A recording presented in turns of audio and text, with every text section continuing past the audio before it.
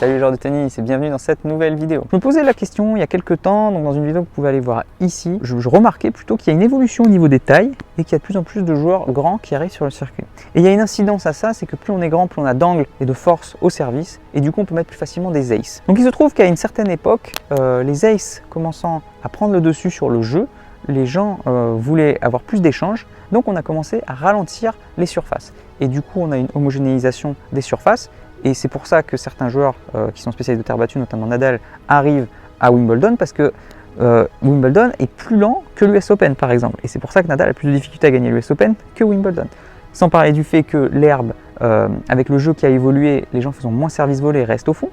Du coup, plus de joueurs qui sont au fond, ça fait une terre et ça fait des conditions proches finalement des surfaces lentes en fin de tournoi, qui avantage les joueurs de surface lente, alors qu'en début de tournoi, ils sont très vulnérables vu la rapidité de la surface. Donc, on arrive sur ce profil de serveurs qui mettent de plus en plus d'ace. Et nous, ce qu'on veut pour gagner de l'argent, donc je dis nous, mais moi je ne m'inclus pas du tout dedans, hein, c'est l'international, le business, la télé, etc. Le monde du tennis, business, veut qu'on ait plus d'échanges pour que les spectateurs puissent plus s'amuser. Parce que c'est pas rigolo de voir 10 aces d'affilée comme a déjà fait Sam Querrey, qui a soit dit en passant le record pour l'instant, jusqu'à ce que ça change.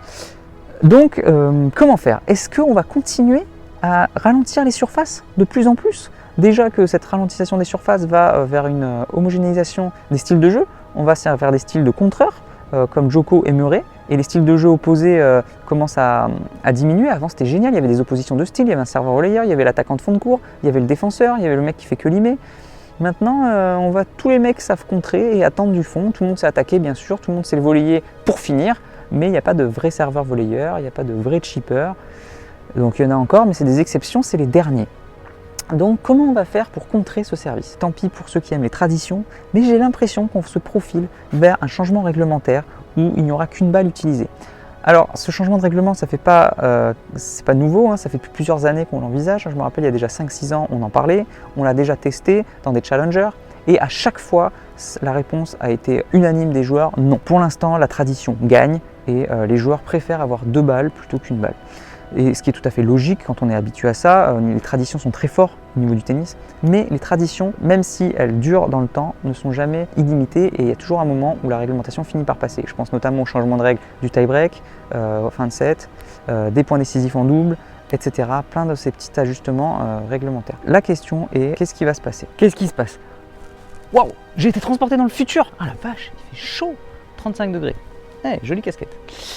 Qu'est-ce que je disais? Oui, donc je vous pose la question, à votre avis, est-ce que finalement le règlement va changer? Est-ce qu'il y aura une balle au service? Donc je vous pose la question, n'hésitez pas à me répondre dans les commentaires et en tout cas c'est mon pronostic. Donc moi je vous laisse répondre à cette question et je vais aller explorer mon futur et votre présent.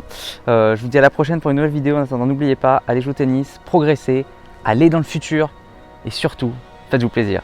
Ciao!